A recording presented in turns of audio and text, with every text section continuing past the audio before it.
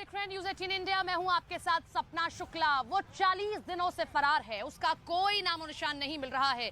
जहां पुलिस पहुंचती है वो उससे पहले वहां से फरार हो जाती है। जी हां, हम बात शाइस्ता परवीन की कर रहे हैं।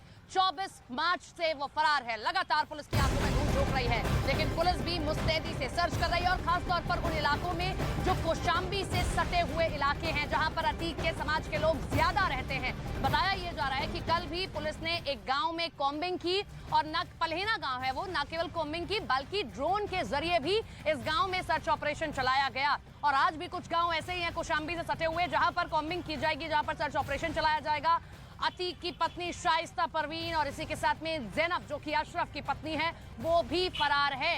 ये लेडी डॉन, ये लेडी गैंग किस तरीके से पुलिस को लगातार धोखा देने की कोशिश कर रहा है, लेकिन पुलिस भी सक्रिय तौर पर इन्हें ढूंढ रही है। ये खास तौर पर उन इलाकों में ज्यादा जा रहे हैं जहां पर अतीक के लोग रहते हैं और इन्हें पनाह दे सकते हैं।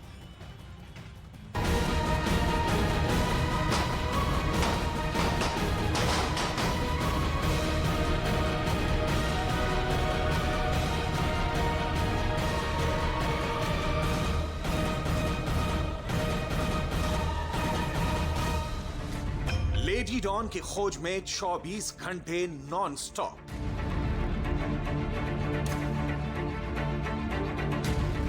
बस्ती बस्ती मोस्ट वांटेड की तलाश। अंडरग्राउंड शाइस्ता के पीछे ड्रोन कैमरा।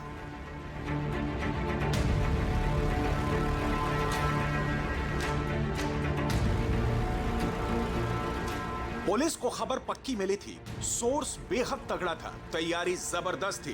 पुलिस की टीम ने दल बल के साथ इस बस्ती की घेराबंदी की और ताबड़तोड़ छापेमारी शुरू कर दी, लेकिन ना तो शाइस्ता मिली और ना ही उसके साथी।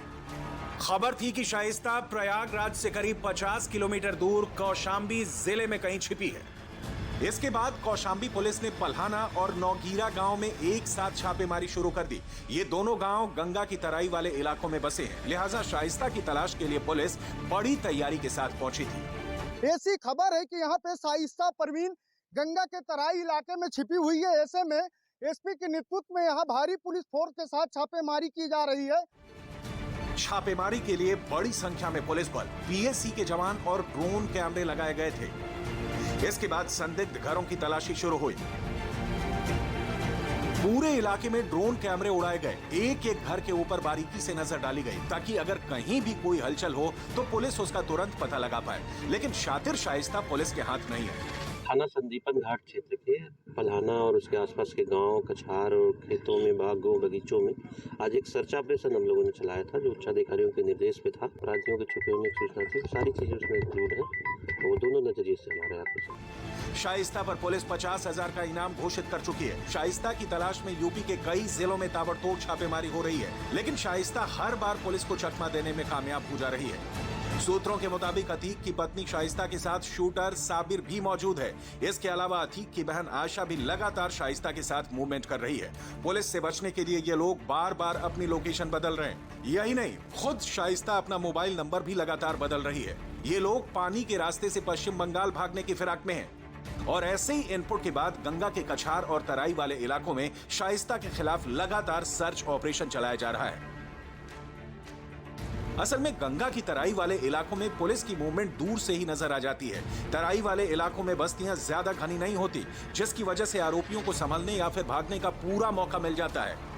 हालांकि पुलिस का एक्शन शुरू हो चुका है, जिसके बाद अब लग नहीं रहा कि शाइस्ता का लुका छिपी का खेल अब ज्यादा दिन चलने वाला है। शाइस्ता परवीन को लेकर लगातार दबिश दी जा रही है, लेकिन अब यूपी एसटीएफ तैयारी कर रही है कि शाइस्ता परवीन से जुड़ी जितनी भी प्रॉपर्टी है उस पर भी हमला किया जाए। ये बड़ी खबर आप देख रहे हैं। शाइस्ता परवीन की प्रॉपर्टी पर भी अब किस तरीके से कब्जा करने की कोशिश है यूपी एसटीएफ की, वो वहां पर भी दबिश दे सकती है। इस वक्त की बड़ी खबर आप देख रहे हैं। एसटीएफ ये कार्रवाई करने जा रही है। शाइस्ता की अरबों रुपए की real estate property Delhi NCR Haryana तक फैली हुई है। यूपी एसटीएफ को प्रयागराज से हरियाणा के गुड़गांव तक संचालित होने वाली कई कंपनियों के बारे में जानकारी मिली है, और एसटीएफ की टीम इन जगहों पर भी पहुंच सकती है, यहां पर भी कार्रवाई कर सकती है। रियल एस्टेट का ये साम्राज्य शाइस्ता परवीन के नाम पर। और याद रखिए, अतीक अहमद जब भी किसी से रंगदारी करता था तो यही कहता था, या तो शाइस्ता के नाम पर जमीन कर दो, नहीं तो पैसे दे दो। दीपक का हम रुख कर लेते हैं। दीपक, ये जो साम्राज्य है ये तो प्रयागराज की सीमाओं को पार करके राजधानी दिल्ली, गुड़गांव और ना जाने कहां तक है, लेकिन एसटीएफ की कोशिश है अब वहां पर भी दबिश दी जाए, इस तरीके से भी चोट की जाए।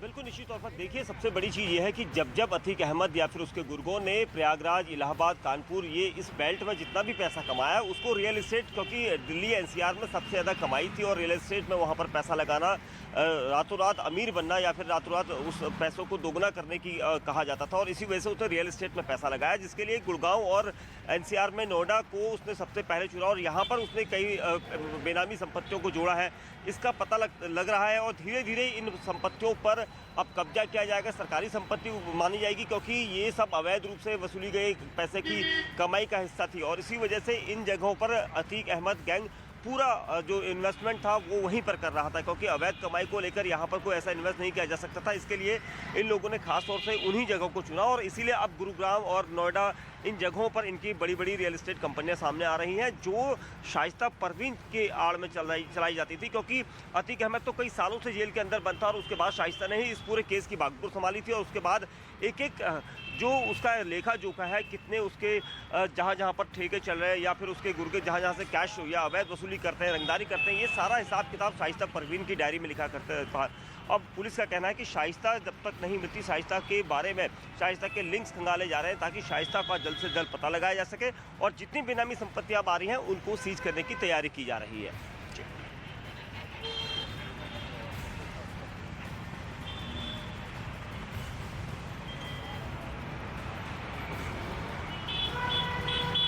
बिल्कुल दीपक, और कोशिश ये है कि हर एक जगह तक पहुंचा जा सके। मैं लौटूंगी आपके पास में, लेकिन इसी बीच आपको बता दें, बहती गंगा में हाथ धोना चाहता है आईएसआईएस संगठन। जिस तरीके से अतीक अशरफ की हत्या हुई उसको लेकर आईएसआईएस संगठन अब सोशल मीडिया के जरिए जहर फैलाने की कोशिश कर रहा है और सांप्रदायिक जो सौहार्द है उसे बिगाड़ने की कोशिश कर रहा है, लोगों को भड़काने की कोशिश कर रहा है। ये बड़ी खबर सामने निकल कर आई है। आईएसआईएस किस तरीके से अतीक अशरफ मामले में अब बहती गंगा में हाथ धोना चाहता है, यानी कि इस पूरे मामले को लेकर वो मुस्लिम समुदाय को भड़काने की कोशिश कर रहा है। सोशल मीडिया के जरिए आईएसआईएस संगठन ऐसे युवाओं को भड़का रहा है। अतीक अशरफ हत्याकांड से जुड़ी ये खबर आपको बता रहे हैं कि किस तरीके से आईएसआईएस संगठन अतीक अशरफ की जो हत्या हुई है उसको आगे रखते हुए मुस्लिम समुदाय को, युवाओं को भड़काने की कोशिश सोशल मीडिया हैंडल्स के जरिए करने की कोशिश भारत के अंदर कर रहा है। तो ये बड़ी खबर आप देख रहे हैं कि किस तरीके से अतीक का अब ये आईएसआईएस कनेक्शन सामने आया है।